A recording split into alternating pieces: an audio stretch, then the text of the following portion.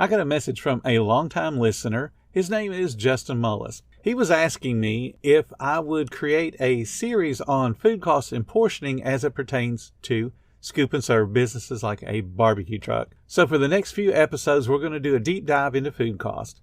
And if you guys have a suggestion for a future episode or series of episodes, please send me a message and I'll make it happen.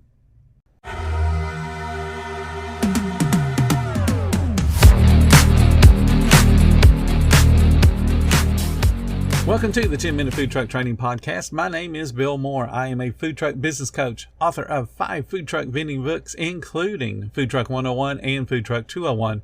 This podcast is all about helping you start and grow your food truck business. The last thing you want to hear when you need your auto insurance most is a robot with countless irrelevant menu options. Which is why with USAA Auto Insurance, you'll get great service that is easy and reliable, all at the touch of a button. Get a quote today. Restrictions apply.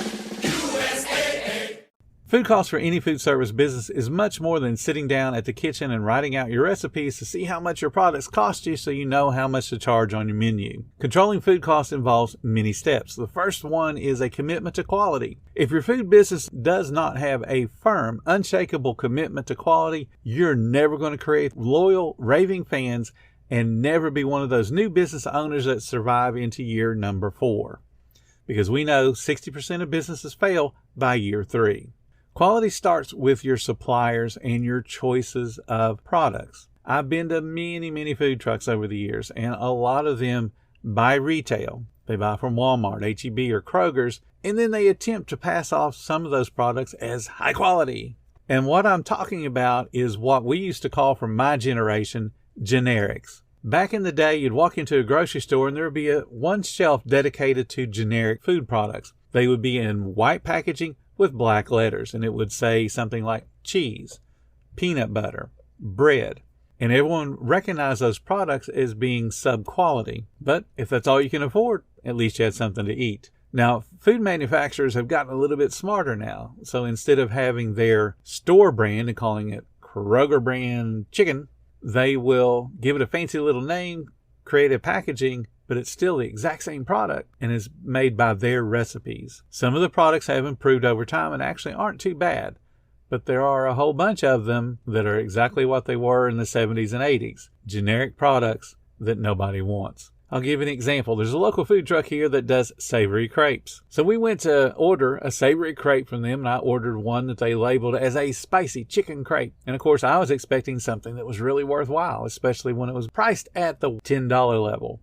So I was looking forward to having something good. What I received was it was a thin pancake, because crepes are supposed to be nearly see-through. That's part of their appeal. It takes a little teeny tiny bit of talent to make a crepe, but what I got was just a really pitiful thin pancake. So I unwrap it like I do whenever I get food from a food truck to see how they assemble it and what they're doing and how neat they are and how careful they are with their own food products. So I unwrap it. It's got 2 slices of chicken meat on it. And I recognize the meat immediately as being great value from Walmart. It was their sandwich meat you can buy in their deli, already packaged. It had 8 pieces of spinach, and it had 8 literal drops, just portioned around, of great value hot sauce. So when you go to bite into it, some of the bites would actually have the taste of hot sauce, and some of them wouldn't. But all of them had the taste of generic chicken. Now, there are some great value products that actually have some taste, but I've eaten a bunch of them. I know what they look like, and I know I was eating generic great value chicken meat out of the deli, which I could have went and bought myself with that same $10 and made several crepes. You can't sell stuff that people can recognize as being sub-quality. Just can't do it and expect to stay in business. So when it comes to creating raving fans of your food truck, you start with quality. You want to shop around. You want to get great deals. You can even buy some lower quality products, but you don't want to skimp on the star of your main menu item. So if you're selling that chicken crepe, you might want to make the chicken the star of the show. It should be absolutely awesome. Spring for boar's head. Slice it yourself. Or you could even go out and buy chicken breasts and season them and flavor them and give them an awesome cook. Slice them into slices and put them on that crepe. Now you got something people are going to go, wow, this is awesome. I want to come back and get some more. Instead of going, next time I'll spend my $10 at Walmart and eat for a week. Quality is a commitment. It is not a suggestion. Anything less, and you're going to be complaining about tiny sales and then closing after the first season. If you can survive into the second one, you're probably going to close at the end of it out of frustration. So with quality as your guide, you want to shop around. You not only want to look at cost per product, but the yield out of that product. So for example, if your menu calls for something simple like ketchup, you want to look at all the various pack sizes to get the best value per ounce. That's pretty easy. But this becomes super important with something like meats, something that is the star of the show, but also very expensive. Say a local butcher can get you a roast for $3.99 a pound, and then you find that there's a distribution center that's selling the same meat, but at $3.49 a pound. Well, obviously $3.49 is a better deal, and you go ahead and buy that. But what you find out is that roast at $3.49 cooks down more than the one you were getting from the butcher. Let's say the butcher only cooked down 15%, while the one from the distribution center cooks down 30%. What that translates into is every single ounce you're selling costs you 2 cents more by having got the $3.49 a pound product. Now, if you sell tens of thousands of ounces over the course of a year, that's a whole bunch of money. And the same thing applies to cheese or deli meat or produce. So you're thinking about produce going, well, I can get a full amount out of that. Well, no, you can't. Take a 10-pound bag of onions. You buy a 10-pound bag of onions. Are you getting 10 usable pounds of onions at the end of the day? No, you're not.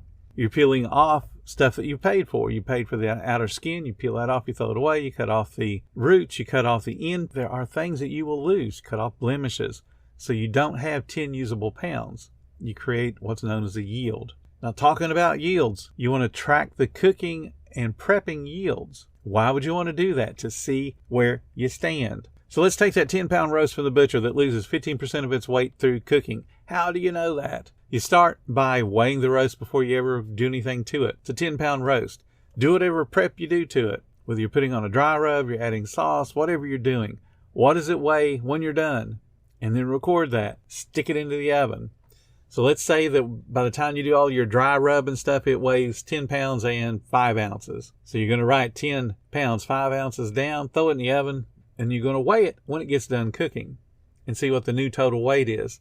You've lost weight during the cooking process, and you want to record that so you can see how much weight you are losing. And then you want to make some adjustments. Can you lower the temperature a few degrees? Stretch out the length of the cooking so it doesn't lose as much. Or maybe you have to go the other way and you speed up the cooking process. But you need to play around with that until you can be consistent with putting in a 10-pound roast and it comes out at the same weight time after time after time, and then you're happy with that end result. Don't accept a 50% loss just because there are other people tell you, yo, it's what you get. Experiment and do it better. And if after you experiment on your own with your own equipment and can't improve on that 50%, then it is what it is. But you got to know that. So if we take that 10-pound roast that the butcher was giving us and it loses 15%, we now know that we have 85% becomes our benchmark going forward.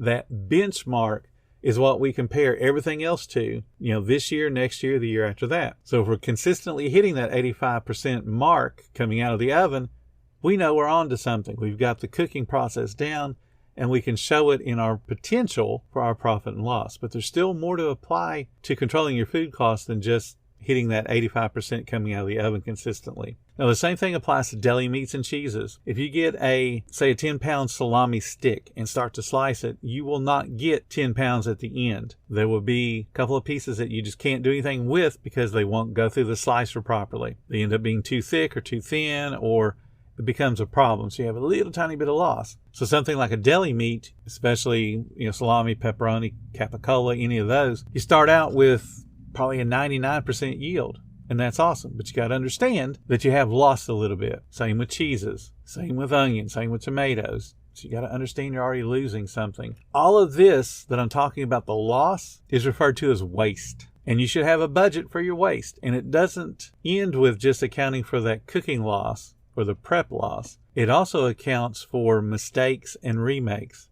And it should be a monetary budget. Usually about 0.6% is enough, but you can account for that. So if you're doing roast, for instance, and everyone that comes out loses 15%, you're going to put that into a dollar amount. How much did you lose? So that you can kind of keep track of it. You're going to keep track of every sandwich that you have to remake, every bun that you drop on the floor, every plate that you accidentally mismade and have to remake. You're going to track all of that.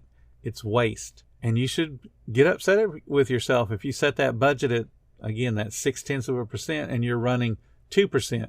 There's a problem. figure it out before it gets out of control, and you're more encouraged to sell the food truck than you are to remain in business.